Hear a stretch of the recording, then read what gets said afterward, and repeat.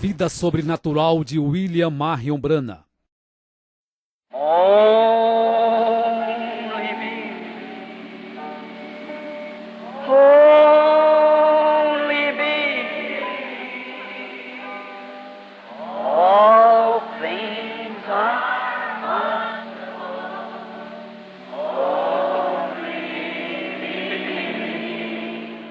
A vida, o ministério, o profeta. Esta é uma história que fala de um homem que, acima de tudo e de todos, decidiu seguir as pegadas sangrentas de Cristo, preferindo por um pouco de tempo padecer afrontas, do que, por um pouco de tempo, sentir o gozo do pecado. Holy be all things are 1909. Ella Branham casou-se aos 14 anos com Charles Branham, de 18, ambos descendentes de irlandeses, em 1907, após se conhecerem em um rodeio. Desta união nasce o primeiro filho, chamado William Marion Branham, no dia 6 de abril de 1909, em uma cabana de madeira próxima a Burkesville, nas colinas de Kentucky, Estados Unidos da América. Os seus pais desde já o apelidaram de Billy. Na manhã do seu nascimento, por volta das 5 horas, quando Charles abriu a janela, havia um pássaro em um pequeno arbusto ao lado cantando, e uma luz amarela esverdeada entrou girando e pairou sobre sua cama. A sua avó e duas vizinhas que tinham feito o parto não souberam responder para sua mãe o que era aquilo. Pensaram ser algum reflexo da luz do sol em um espelho, mas logo depois de procurarem, detectaram que não tinha o espelho ali. Pelo trabalho frequente de lenhador, Charles era obrigado a estar longe de sua esposa e filho durante a semana. Naquele outubro de 1909, um temporal o encurralou em um acampamento longe de casa. Ela, 4 meses grávida de seu segundo filho, preocupava-se enquanto seu suprimento ia se acabando. Vários dias após a tempestade passar, um senhor que era vizinho percebeu que já não estava mais saindo fumaça da cabana dos Branhams. Então resolveu ver o que havia acontecido. Ele bateu, mas não teve resposta. Quando ele tentou abrir a porta, percebeu que estava trancada por dentro. Com muito esforço, conseguiu forçar a abertura da porta. O que ele encontrou no interior o fez estremecer. Ela e seu bebê estavam amontoados na cama, quase mortos de frio e fome. Apressadamente o vizinho agarrou o machado e foi até a floresta. Voltando com suficiente lenha para aquecer a cabana, sem encontrar comida, foi até sua casa e retornou com o máximo de mantimentos que podia carregar. E isto foi o que os manteve vivos até a chegada de Charles. 1910. Em março de 1910, Charles e Ella Branham tiveram seu segundo filho, Edward Branham. 1911. No início de 1911, Ella Branham deu à luz ao seu terceiro filho, que se chamou Henry Branham. No outono deste ano, Charles estava numa festa quando houve uma briga. Um robusto valentão chamado William Yarbrough derrubou um amigo de Charles no piso, pulou sobre ele, puxou sua faca e estava prestes a cravá-la em seu coração, quando Charles com uma faca lhe perfura o peito e o deixa sangrando, porém ainda vivo. E assim, no espaço de uma tarde, Charles Branham desapareceu, deixando sua esposa sozinha na mata para defender-se por si própria e a seus 3 bebês. Billy tinha 2 anos e meio, Edward tinha 1 ano e meio e Henry tinha apenas 6 meses. Nesta idade de 17 anos, Ella Branham percebeu que Charles havia deixado uma parte dele mesmo com ela. Ela estava grávida novamente. 1912. Na primavera de 1912, quando Billy estava com um pouco mais de 3 anos, a sua primeira visão aconteceu. Ele estava bem atrás de sua casa brincando com seu irmão mais novo, Edward. Quando ele percebeu que havia um pássaro de peito ruivo cantando em uma árvore ali perto, ele deu um passo à frente e o pássaro voou, e de onde o pássaro estava veio um som como um vento agitando as folhas. Então uma voz estrondou da árvore, uma voz humana muito clara, a qual disse: Você viverá perto de uma cidade chamada New Albany. Billy, assustado, correu e contou para sua mãe e perguntou onde era este lugar. E sua mãe logo respondeu que era uma cidade indiana, cerca de 160 quilômetros de onde moravam. Porém, sua mãe não acreditou naquela história. Várias semanas depois, chega uma carta de Charles dizendo que ele havia encontrado trabalho fixo numa cidade chamada Utica, em Indiana, e que esta cidade se localizava a 16 quilômetros a nordeste de... Ela Branagh parou repentinamente e olhou com espanto a seu filho com 3 anos de idade.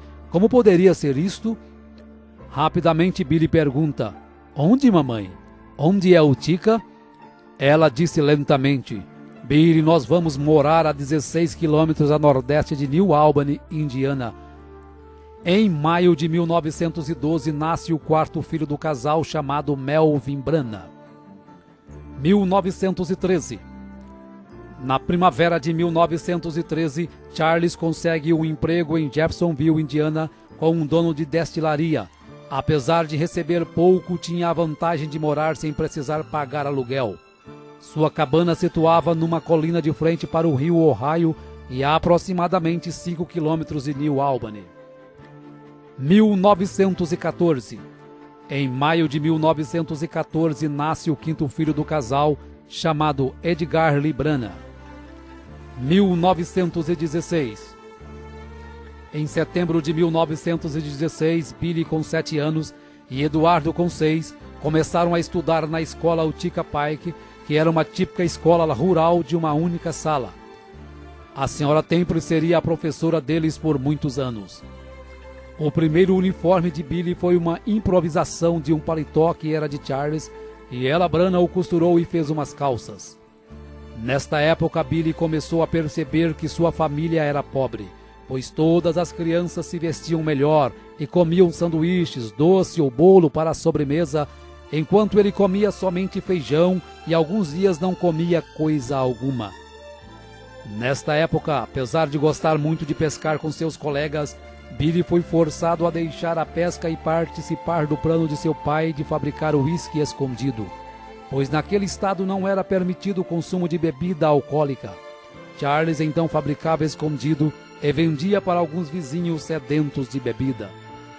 Numa tarde, quando Billy foi buscar água para seu pai fabricar o uísque, parou no meio do caminho para descansar à sombra de uma grande e prateada árvore de álamo. Lágrimas escorridas misturadas com poeira estavam estampadas em seu rosto quando algo aconteceu. Aparentemente parecia ser apenas o barulho do vento soprando entre as folhas da árvore. Olhou para cima e as folhas não estavam em movimento. Tampouco havia sequer sinal de vento. Levantou-se, caminhou uma pequena distância, olhou novamente para cima. Então ouviu aquele ruído novamente e notou que bem no meio da árvore havia um redemoinho do tamanho de um barril agitando seus galhos. E o vento parecia estar soprando sobre as folhas de um lugar específico da árvore. E o barulho já estava bem mais forte. De repente, em meio deste redemoinho, uma voz estrondou da árvore, uma profunda e audível voz dizendo: Nunca fumes, nem bebas, nem de maneira alguma corrompa o seu corpo, porque tem uma obra para ti quando tiveres maior idade. Saiu correndo e contou para seus pais, e disse que nunca mais passaria por aquela árvore novamente, e ele nunca mais passou. 2 semanas mais tarde, Billy e Eduardo estavam brincando e subitamente ele sentiu algo estranho vir sobre ele. Então ele parou e sentou-se ao lado de uma árvore à margem do rio Ohio. Ele olhou para baixo em direção a Jeffersonville e viu uma ponte levantar-se da margem, peça por peça, em movimentos rápidos e atravessar o rio. Viu também que durante sua construção, parte da ponte caía, causando a morte de 16 homens, desaparecendo nas águas escuras. Novamente, quando ele conta a história para sua família, ninguém acredita, a não ser sua mãe, que começa a ligar os fatos desde o seu nascimento. 1917. 1917 foi um difícil ano para Billy na escola. Muito pobre, sem condições de uniforme digno, sem sapatos para usar. Um dia a professora ficou curiosa em saber por que Billy insistia em usar um casaco em um dia tão quente. Como ele não estava com camisa por baixo, disse que estava com frio. Então ela pediu que ele se sentasse próximo à lareira para aquecer, pois só podia estar doente. Gotas de suor formaram em sua fronte e escorriam por sua face, mas ele não contou o segredo para evitar risadinhas que já estavam sendo frequentes acerca de suas vestimentas. 1923. Em maio de 1923, nasce o 8º filho do casal Brana, chamado Howard Brana, que se junta a Charles Jr. de 4 anos, Jesse de 7, Edgar de 9, Melvin de 11, Henry de 12, Eduardo de 13 e Billy com 14. Nesta época, Billy fazia armadilhas para apanhar animais e ajudar a colocar comida em casa, pois para seu pai estava difícil sustentar 8 filhos, principalmente no inverno. Os Branas tinham uma má reputação nos arredores de Jeffersonville, por isso Billy frequentemente era evitado pelas pessoas. E ele sabia que era porque seu pai e seus tios eram uma turma desagradável de fumantes, mascadores de fumo, que jogavam, bebiam e fabricavam bebidas alcoólicas clandestinamente. Neste ano, Billy foi tentado a beber, sendo forçado por seu pai e um amigo. Quando Billy não aceita, seu pai o chama de marica. Billy, enfurecido, pegou a garrafa para colocar na boca, quando aquele redemoinho começou a soprar, o fazendo lembrar daquela grande voz. Então jogou a garrafa no chão e saiu correndo e chorando. Na primavera de 1923, Billy caminhava com uma garota para a escola. No caminho de volta para sua cabana, 5 garotos o ameaçaram por estar caminhando com aquela garota e bateram em Billy até quase o deixar inconsciente. Billy foi direto para casa, pegou um rifle Winchester calibre 22, carregou com 16 balas, então foi para um ponto da estrada onde ele sabia que os garotos passariam. Dando passos detrás do arbusto, Billy barrou o caminho deles com seu rifle apontado e engatilhado. Ele disse calmamente: "Qual de vocês quer morrer primeiro?" Os 5 garotos ficaram pálidos e gritaram em terror. Billy disse: "Não choraminguem, porque todos vocês vão morrer um por um." Ele puxou o gatilho, a bala não disparou. Rapidamente Billy empurrou o ferrolho e forçou uma outra armação na câmara. E também falhou. Nesta hora, os 5 garotos já estavam gritando e correndo e pulando atrás de árvores. Billy, com toda a intenção de matá-los, manteve-se puxando o gatilho tão rápido quanto podia fazer a ação, mas cada bala falhou. Os 5 garotos tinham ido longe. Espalhadas no chão ao lado de Billy estavam 16 balas. Ele as pegou, as colocou de volta na arma. Então apontou seu rifle para uma árvore e começou a puxar o gatilho. Desta vez cada uma disparou.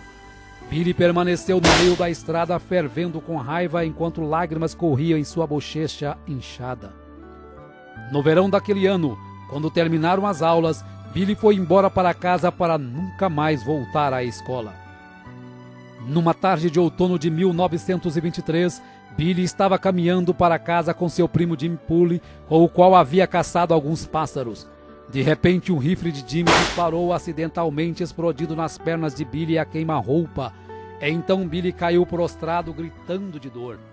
Jimmy caiu de joelhos e sussurrou: "Eu sinto muito, Billy." Então ele deu uma boa olhada nas pernas de seu amigo. Jimmy palideceu e disse: "Billy, não se mova, eu irei buscar ajuda." "Não, não me deixe!" Billy gritou, porém Jimmy já estava correndo como um coelho. Quando Billy olhou para suas pernas, ele ficou horrorizado ao ver que elas estavam quase partidas ao meio. Ele baixou sua cabeça para trás e tremeu de medo. Então clamou: "Deus, tenha misericórdia de mim!" Rapidamente, Jimmy estava de volta com um vizinho, o qual levou Billy ao hospital memorial do município de Clark. Billy gritava em agonia enquanto as enfermeiras cortavam grandes pedaços de carne com tesouras e limpavam a abertura ferida o melhor que podiam. Se Billy perdesse muito sangue, poderia ser fatal. Após a cirurgia, Billy dormiu por 8 horas sob anestesia. Neste intervalo, algo aconteceu. como um sonho, porém mais vívido do que um sonho. E nesta consciência ele percebeu que estava caindo através de pequenas nuvens em uma eternidade escura, afundando, afundando. Então, debilmente, já muito fraco, ele ouviu ruídos e gemidos. Assim que caía, o som aumentava até que estivesse todo ao redor dele. Gemidos e gruídos. Agora faces apareciam na escuridão, faces de mulheres, faces horrorosas com gangrenas de cor esverdeadas ao redor de seus olhos e bocas torcidas, gemendo. Billy clamou: ó Deus, tenha misericórdia de mim, tenha misericórdia. Se tu somente me permitires voltar e viver, eu prometo a ti que serei um bom garoto. E num instante ele estava de volta no quarto do hospital. Após 7 meses, as pernas de Billy não haviam melhorado. Então, na primavera de 1924, novamente é operado para retirar restos e chumbos que haviam ficado em sua perna, e desta vez a cirurgia foi um sucesso. Foi neste ano, numa de suas saídas para a floresta, que Billy descobriu a caverna de Greens Mill, onde ele se encontraria com Deus no futuro. 1926. Em meados de 1926, Billy conhece uma garota e, pensando ser diferente das outras, marca um encontro e saem para dar uma volta de carro. Parou em uma lanchonete para comprar sanduíches e, quando ele volta, encontra a garota fumando, a qual ele pensava ser uma boa moça e alguém cuja companhia seria mais apta a desfrutar. Para ele isso foi um choque. Ela o convida a fumar, porém quando ele não aceita, ela o chama de marica. Por isso ele pega o cigarro para fumar e o redemoinho novamente o impede de praticar aquilo que Deus o havia ordenado para não fazer.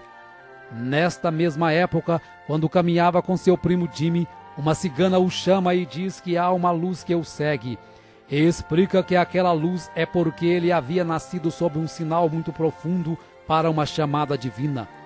Tais experiências permitiam que Billy soubesse que sua vida diferia das dos outros rapazes de mais formas do que apenas pobreza. 1927. Em agosto de 1927, nasce o 9º filho do casal, chamado James Branagh. Como sempre, Billy encontrou sua maior paz vagando pela floresta com seu cachorro Fritz do que saindo com garotas ou amigos. Um dia o Sr. Short, um xerife assistente local, envenenou a comida de Fritz. Billy ficou furioso. Charles o alcançou indo em direção ao posto policial com um rifle na mão, dizendo: eu vou matá-lo, papai. Charles tomou o rifle e o manteve longe dele. Billy retornou onde estava enterrado seu cachorro. Ajoelhou-se, tirou seu chapéu e disse que um dia mataria o xerife por tê-lo envenenado. Agora que seu melhor amigo se tinha ido, Billy sentiu a necessidade de uma mudança em sua vida mais do que nunca.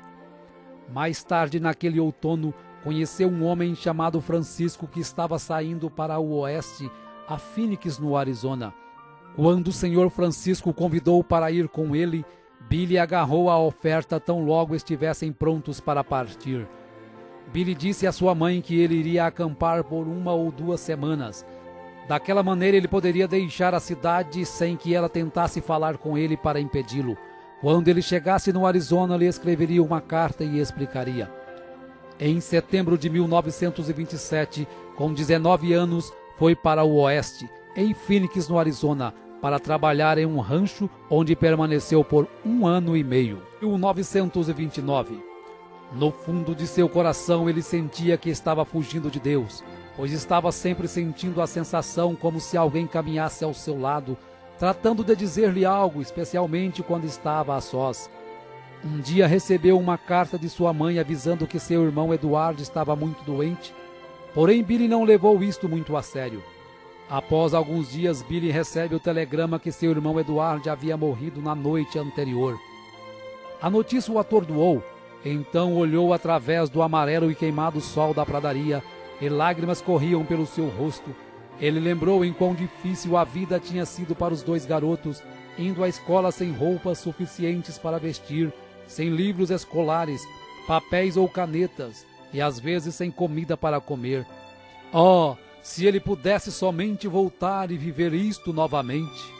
Porém, Eduardo tinha se ido. Billy desejou saber se Eduardo estava pronto para encontrar-se com Deus. Então o pensamento o afetou. E quanto a ele mesmo? Estava ele pronto para encontrar-se com Deus? Billy voltou a Jeffersonville para o funeral. No encerramento de seu sermão, o reverendo McKinney pergunta se tem alguém que quer aceitar a Cristo naquela hora. Billy firmou-se em seu assento para não se levantar. Algo estranho estava puxando seu coração. O que quer que isto fosse, estava fazendo ele miserável. Após o funeral, Billy permaneceu em Indiana. Logo ele conseguiu um trabalho em uma companhia de serviço público de Indiana. Em novembro de 1929, Ella Branham deu à luz ao seu 10º e último filho, que finalmente foi uma menina e se chamou Dolores Branham. Nesta época, Billy recebeu uma proposta extra de emprego, desta vez de ser guarda florestal do estado de Indiana. Agarrando a proposta de imediato, pois ele ajudava no sustento da família Branham com 11 pessoas em casa. Um dia, ao ser escalado para patrulhar o Parque Estadual de Henryville, dentro do ônibus, uma mulher astróloga disse quem ele era, o dia em que ele havia nascido, e que havia nascido sob um sinal como um dom para a humanidade. Termina dizendo que ele havia nascido para o Oeste. 1930. Após algum tempo, Billy sofre um acidente de moto em frente a um campo de treino de pugilistas. Então os homens o convidam para entrar e assistir a algumas lutas enquanto se recupera. A partir de então começa a tomar gosto pelo boxe e inicia os treinamentos com George Smith, que era então conhecido por 6 segundos, por derrotar um adversário no ringue em 6 segundos. Billy prosperou no ringue e, lutando como amador, nunca havia perdido uma luta. Depois de um ano de competições, ele se tornou um profissional e campeão de vários torneios. Até então ele pensava que era imbatível, até que lutou contra Bill Pritchard. Nesta luta, Billy foi tão massacrado que no intervalo do último round, orou a Deus que se ele permitisse que saísse vivo daquela luta, nunca mais lutaria. Depois daquela noite, Billy jamais subiu no ringue novamente. 1931. No outono de 1931, Billy, com 21 anos de idade, foi acometido de acidez estomacal devido ter se asfixiado com gás em seu trabalho em New Albany, ficando muito ruim. Seu estômago rejeitava quase tudo o que tentava comer. Então, após passar por especialistas em Louisville, Kentucky, os médicos disseram que era apendicite e que ele tinha que ser operado. Muito embora ele nunca tivesse sentido nenhum sintoma dessa enfermidade, permitiu que fizessem a cirurgia. Nervoso e assustado, ele queria alguém perto dele durante a operação que soubesse orar, sentia estar chegando ao fim de sua carreira. Embora não tivesse jamais bebido, fumado ou se corrompido de alguma forma, tinha a consciência de que não estava pronto para se encontrar com Deus. Após a cirurgia, deitado e completamente consciente, Billy sentiu seu pulso se tornar mais fraco a cada minuto. Foi quando o quarto do hospital começou a escurecer como se fosse um grande bosque. Ele podia ver o vento soprando entre as folhas. Ele começou a ter a sua terceira visão. As folhas que ele escutava eram as mesmas que sopravam naquela árvore de álamo naquele dia. Porém, desta vez a voz disse: "Nunca bebas, nem fumes, nem corrompa seu corpo de maneira alguma. Eu tenho te chamado, porém tu não tens me atendido." Estas palavras se repetiram por 3 vezes. E então disse: "Senhor, se és tu, permita-me voltar de novo à terra, e pregarei teu evangelho desde os terraços e esquinas das casas. Eu contarei a todo mundo sobre isto." Quando esta visão passou, ele já se sentia melhor. Durante o inverno de 1931, sua condição continuou piorando. Seu estômago rejeitava quase tudo o que tentava comer. Seus olhos haviam desenvolvido astigmatismo e por isso não conseguia ler sem espessas lentes. Os médicos já haviam concluído que sua condição era sem volta e prescreveu uma rígida dieta. A partir deste momento ele começou a buscar a Deus, começou a ler a Bíblia sistematicamente e quanto mais lia, mais encorajado ficava. Foi de igreja em igreja para ver se alguma fazia chamada de altar como faziam antes e para sua tristeza não encontrou nenhuma. Uma noite sentiu tanta necessidade de Deus e de uma experiência real que foi a um velho celeiro detrás da casa para orar. Logo se colocou de joelho naquela terra fria e úmida e começou a falar com Deus como se estivesse falando com qualquer pessoa. De repente apareceu uma luz âmbar brilhante na cabana e formou uma cruz. E a voz que a cruz falava ele não podia entender. E então logo aquilo se foi. Orou novamente. Senhor, se és tu, por favor, venha e fala-me outra vez. E logo aquilo veio novamente. Nesta época foi que sua mãe sonhou que Billy estava em uma nuvem branca pregando para todo mundo. Aquilo atingiu Billy de uma maneira muito peculiar, porque sua mãe quase nunca sonhava. 1932. No outono de 1932, Billy estava trabalhando na rede elétrica quando viu pela primeira vez Amelia Hope Brumbeck, uma linda moça com cabelos escuros. Então decidiu conversar com a moça. Nesta conversa, ela convidou Billy para ir à igreja que ela frequentava, a Igreja Batista Missionária em Jeffersonville, da qual o pastor era o Dr. Roy Davis. Apesar de ter ido para a igreja somente por causa de Hope, Billy desenvolveu um imenso respeito por Davis. Passado algum tempo convicto nas Escrituras, Billy pediu que Davis o batizasse da mesma maneira que os apóstolos batizaram no livro de Atos. Embora contra a doutrina da Igreja Batista, o Dr. Davis batizou Billy no nome do Senhor Jesus Cristo. Meses haviam passado e a saúde de Billy só piorava. Ao ler algumas escrituras na Bíblia, correu até a casa do Dr. Davis pedindo que ele ungisse com óleo e orasse por ele, e voltou para casa regozijando e reivindicando sua cura. Naquela noite jantou feijão, cebolas e pão de milho. Sua mãe ficou esperando que ele morresse, pois o médico havia pedido para ele não comer nada sólido. Aquela comida descia para o estômago e voltava várias vezes, mas ele voltava a engolir. E assim foram por vários dias, lutando para comer, e os sintomas continuavam. Pouco a pouco, nos próximos meses, sua condição foi melhorando, até que eventualmente ele podia comer qualquer coisa que quisesse. Seu astigmatismo também melhorou, até o ponto de não precisar mais usar óculos. Ele vibrou de alegria e sua confiança na promessa de Deus aumentou. Próximo ao Natal de 1932, William Branham, com 23 anos de idade, é ordenado como um ministro do Evangelho de Jesus Cristo pelo Dr. Roy Davis. Logo depois de seu chamado ao ministério, começou a trabalhar em New Albany no setor público de saneamento. Um dia, quando estava numa casa vazia, ajoelhou e teve a visão de um senhor de cor chamado Sr. Merrill, de 65 anos, deitado numa cama de hospital, todo quebrado por ter sido atropelado. Ao contar a visão para um amigo, este o conduziu ao hospital, que estava um homem semelhante ao que Billy retratou. Chegando lá, Billy se apresentou e orou pelo homem, e de repente, milagrosamente, contra a vontade das enfermeiras e dos parentes, o Sr. Merrill se levanta e sai andando do hospital no mesmo instante, exatamente como a visão havia lhe mostrado. Numa outra visão, Billy viu uma mulher que há 17 anos não podia andar. Então Deus o encaminhou até a casa desta mulher, e quando Billy orou por ela, no mesmo momento ela se levantou de sua cama e andou.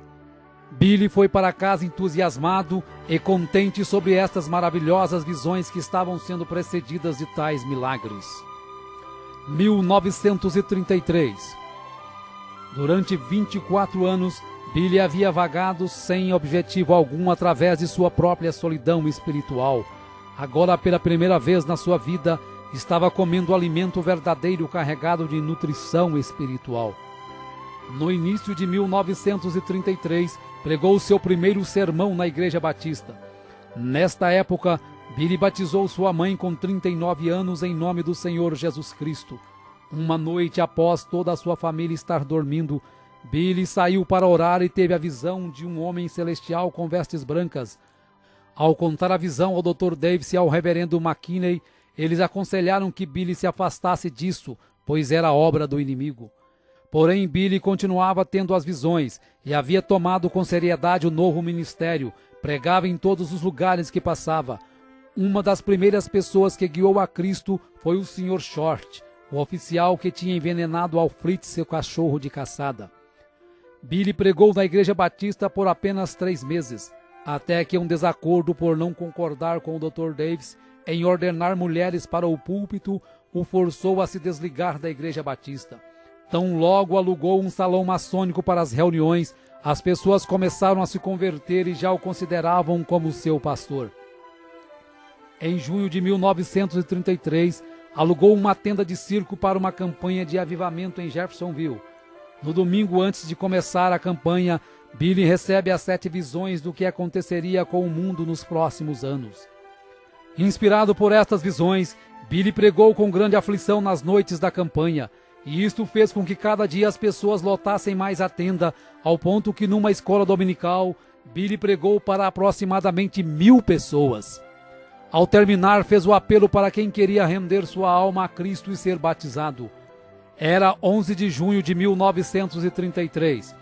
William Branham deixou a tenda rumo ao rio Ohio com mais de 1000 pessoas o seguindo. Destas, 200 pessoas para serem batizadas. Quando o irmão Branham batizava a 17ª pessoa, uma bola de fogo desceu sobre sua cabeça e dela uma voz familiar saiu. Assim como João Batista foi enviado como precursor da minha primeira vinda, tua mensagem precursará a minha segunda vinda. Margie, uma professora de escola dominical conhecida do irmão Branham, estava por ali em seu bote à margem do rio, usando apenas roupas sumárias. O irmão Branham pediu que ela se retirasse, porém ela começou a ridicularizar o batismo até quando viu a luz celestial e, num desespero, caiu de costas e bateu a cabeça, ficando demente para o resto da vida. Após a campanha, o salão maçônico alugado já não suportava mais a quantidade de pessoas que frequentavam as reuniões. Então o irmão Branham orou até que Deus mostrou para ele um terreno pantanoso na esquina da rua 8ª com a rua Penn. Em julho de 1933, os alicerces foram levantados e a pedra angular colocada, juntamente com um tambor, com moedas, lembranças, petições e a folha da Bíblia do irmão Branham em 2 Timóteo 4, de acordo com o que o anjo mandara ler. Em setembro de 1933, é finalizada a construção do tabernáculo Branham. Mesmo tendo sua congregação, o irmão Branham continuou frequentando a Igreja Batista para escutar o Dr. Davis e principalmente para ver Hope. 1934. Após alguns meses de timidez, tentativas e mais tentativas, Billy havia encontrado na sogra uma barreira para o seu casamento. Porém, no Sr. Charles, seu sogro, ele encontrou todo o apoio para realizar o seu sonho de se casar.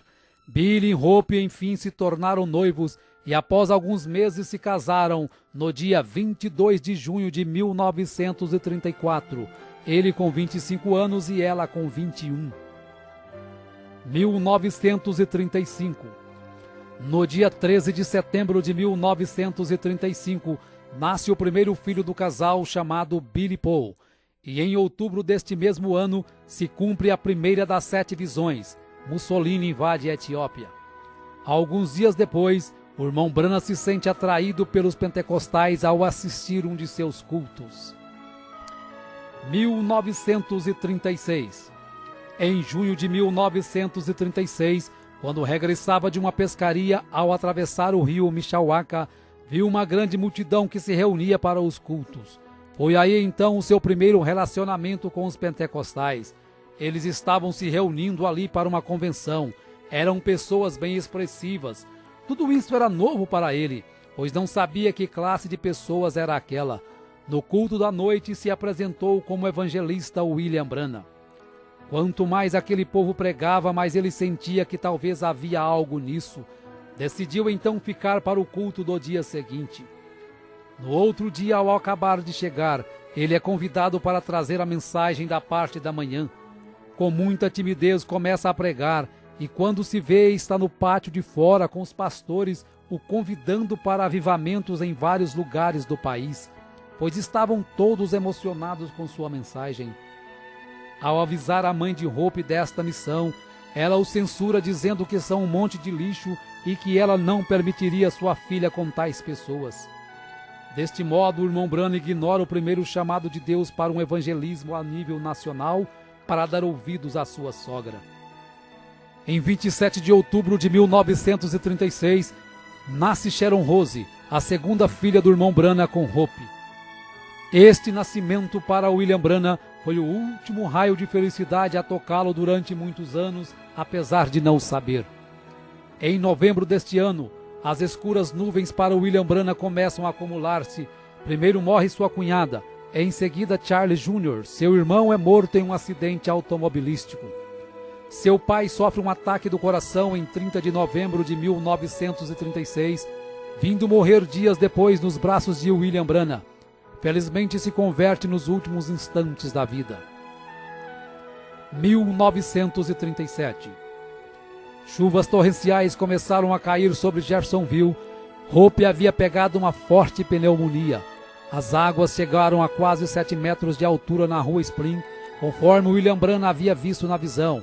Muitas pessoas morreram durante e após a enchente, dentre elas Hope no dia 24 de julho de 1937 e sua filha Sharon Rose no dia seguinte com apenas 8 meses de vida. Ele sentiu-se responsável por estas mortes. Seguiu aí um tempo duro e traiçoeiro de sua vida, e Satanás começou a trabalhar em sua mente. Mas ele soube vencer o inimigo dizendo: Senhor, tu as destes para mim, e tu as tomastes. Bendito seja o nome do Senhor. Se tu tomares a mim, ainda te amarei. A sua viuvez causava-lhe grande sofrimento. Sentia que a vida não tinha nada a lhe oferecer. Tudo para o qual ele vivia estava no outro lado do mundo. Em casa, estava como sua esposa havia deixado, trazendo-lhe sempre a lembrança dela. Porém, ele reconheceu que foi a vontade de Deus, pois ele tinha um plano em sua vida, e todos esses sofrimentos e tragédias pela qual ele passou, foi um propósito de Deus de lhe trazer ao lugar onde ele pudesse usá-lo. Tamanho foi o seu sofrimento e a saudade que um dia não pôde suportar. Estava em seu trabalho mexendo com alta tensão, começou a tirar a sua luva para pôr a sua mão nos fios com tensão de 2.300 volts. Mas a misericórdia de Deus o livrou, e quando acordou, estava sentado no chão ao lado do poste com suas mãos levantadas. Ele mesmo disse que Deus estava protegendo o seu dom e não a ele. Em um outro dia desses estava tão deprimido que tirou um revólver e disse: Senhor, eu não posso aguentar mais. E orando o Pai Nosso, pôs um revólver na sua cabeça e apertou o gatilho o mais que podia, porém a arma não disparava. Finalmente, quando ele lançou a um lado a arma, ela disparou furando a parede e disse: Senhor, o que fiz? Tu nem sequer me deixas morrer? Ajoelhou-se e disse: Senhor, se tu não me ajudares, não sei o que farei. Estás me partindo em pedaços. De repente caiu num profundo sono onde teve a visão da sexta dimensão, onde ele viu sua pequena Sharon, já uma bela jovem com mais ou menos 18 anos, e sua esposa Hope em seu palácio. E quando ele se aproximou, ela lhe mostrou a cadeira que ele não pôde pagar e os credores haviam lhe tirado lá na terra. Então ela disse que esta estava paga. A visão terminou quando Hope o pediu para não se preocupar, pois ela e Sharon estavam melhores do que ele. O rio Ohio efetivamente tinha medido aproximadamente 7 metros por cima da rua Spring durante a inundação de 1937. Exatamente como o anjo lhe tinha mostrado que seria, o tabernáculo Branham, o qual não estava longe, também tinha recebido um batismo. Quando as águas baixaram, todos os móveis do tabernáculo estavam virados para cima, a não ser o púlpito, que se posicionou de volta no lugar exato em que estava, na posição vertical e voltado para a congregação. A noite anterior à inundação, Billy tinha deixado sua Bíblia aberta na parte superior do púlpito. Quando ele finalmente conseguiu retornar para inspecionar o dano, descobriu que sua Bíblia estava exatamente onde a tinha deixado, ainda aberta na mesma página. Billy tomou isto como um sinal de Deus. Embora as circunstâncias externas de sua vida estavam em desordem, a palavra de Deus que ele pregava permanecia sempre fiel e estável. 1939. Em 1º de setembro de 1939, se cumpre a segunda das 7 visões que William Branham havia recebido em 1933. Adolf Hitler invade a Polônia e a partir dali viria o Holocausto dos Judeus. 1940. Um ano de muitas visões e milagres. Enfatizamos apenas o caso de George Carter, uma moça de 23 anos com tuberculose que foi curada pelo irmão Branham, sendo vista antecipadamente através de uma visão. Viveu com saúde até 1954, quando diagnosticou câncer no seio. Novamente o irmão Branham ora e ela é curada, recebendo mais 44 anos de vida, morrendo em 1998 com 84 anos de idade. 1941. Durante os 5 anos após a morte de Hope, Meda Bloy cuidara de Billy Paul para William Branham. O irmão Branham ainda tentou fazer com que ela deixasse este serviço, pois ela estava em boa idade para se casar, e ele pensava que estava apenas ocupando seu tempo. Porém, Meda se entristeceu com este pedido e chorou durante dias, pois ela se sentiu muito bem naquele lugar e no que fazia. Após uma festa de aniversário que Meda havia feito para Billy Paul em 13 de setembro de 1941, durante uma noite, o anjo, ao acordar William Branham, o ordena a se casar com Meda no dia 23 do próximo mês, dizendo até o horário da cerimônia. William Branham e Meda Bloy se unem em matrimônio no dia 23 de outubro de 1941, conforme a ordenação do anjo. E como lua de mel, Billy, Meda e Billy Paul vão para as montanhas Hurricane, próxima à fronteira do Canadá, onde ocorre o incidente da sua perda em meio à tempestade, conforme narrado por ele na mensagem Um Guia.